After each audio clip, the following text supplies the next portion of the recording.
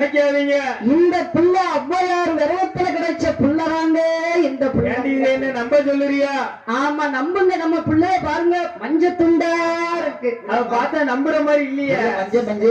பார்த்தா எப்படி நான் இல்லாம இந்த பிள்ளைய பத்த எங்க ஔவையார் விரவத்துல கிடைச்ச பிள்ளைதான் இந்த பிள்ளை.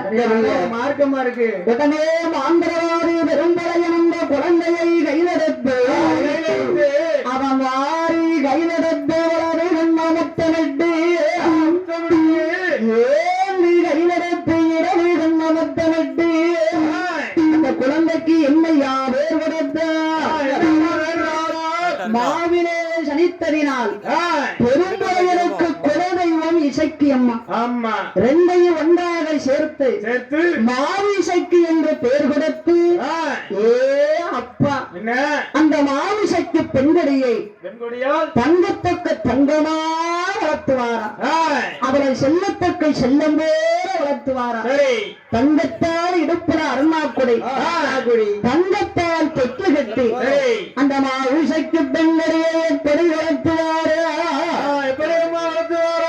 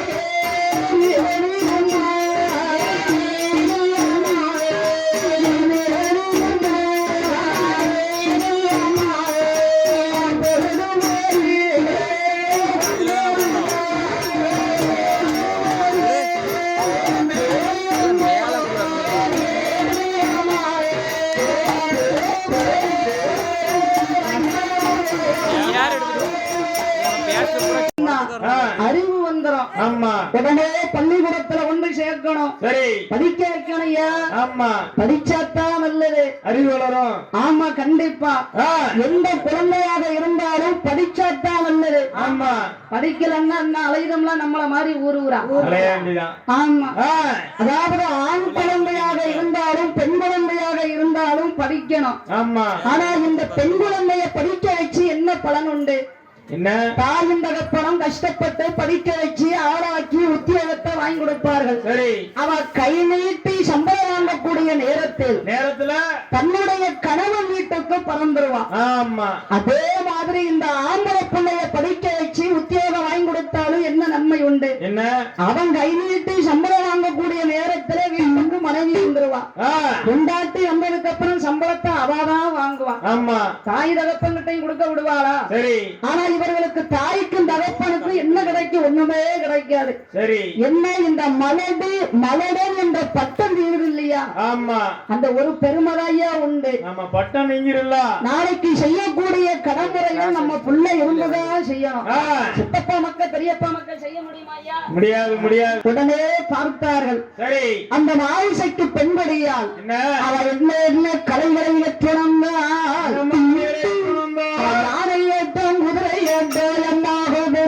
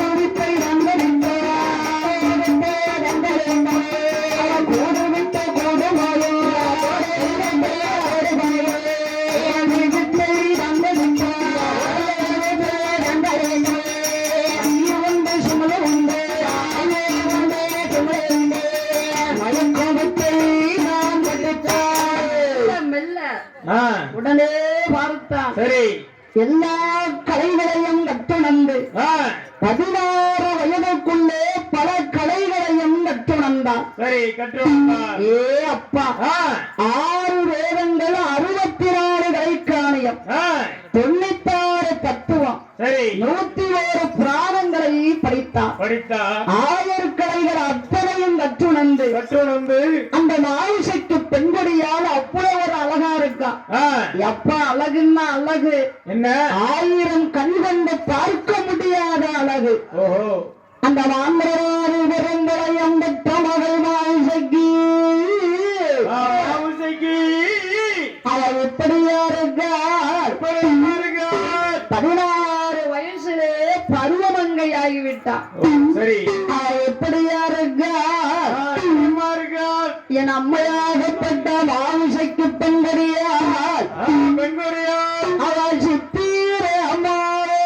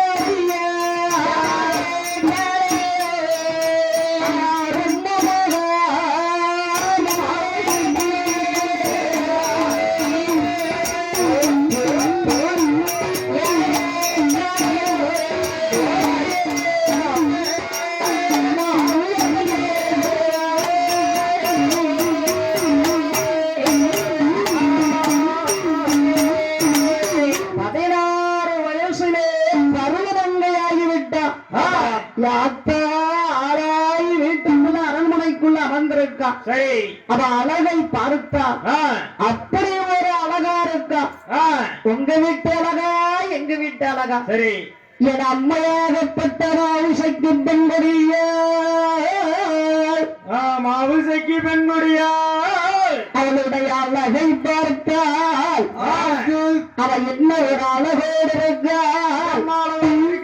அவ எழுத்தாணி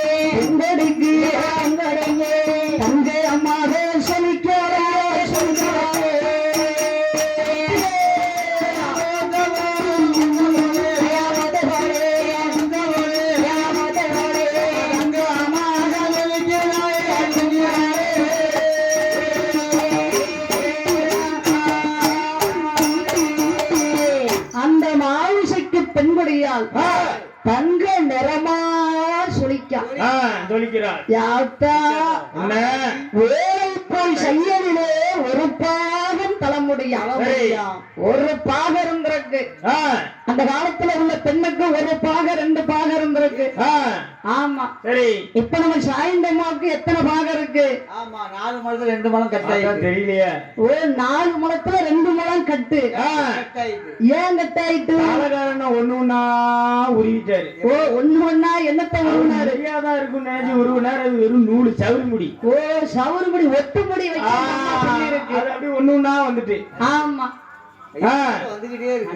ஒட்டு முடிய வச்சு பண்ணிருக்கியா? உடனே பார்த்தா சரி. அதுபோது மாம்பரவாரி வெறும்புறையும் நெற்றமகள் ஆவுசைக்கு பெண்கொடியால் அப்படி ஒரு அழகோடு இருக்கா. சரி. ஏ அப்பா என்ன ஒரு அழகு! என்ன அந்த மாவுசைக்கு உடைய அழகு! வேற என்ன ஒரு அழகோடு இருக்கா? என்னம்மா அழகோடு இருக்காள் என அண்டவன் அருளால் எம்பெருமாள் கிருபையால் அவனாக அங்கிருக்கிறான்.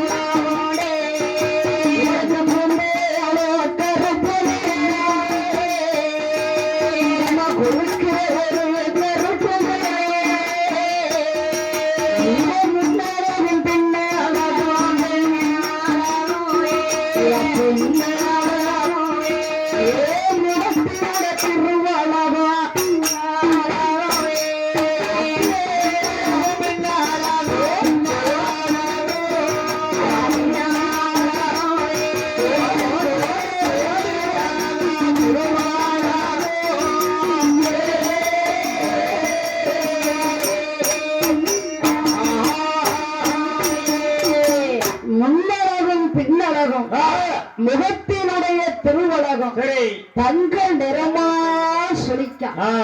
ஆமா பவள பதித்தது போல் பல்வரிசை அழகு நமக்கு இருக்கையா பல்வரிசை. சில பேருக்கு பல்வரிசை எப்படி இருக்கு?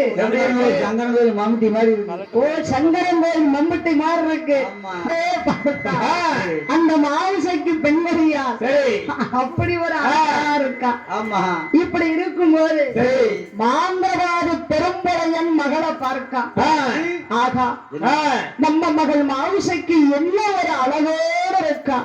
என்ன ஒரு அழகு! தங்க நிறமா சொலிக்கால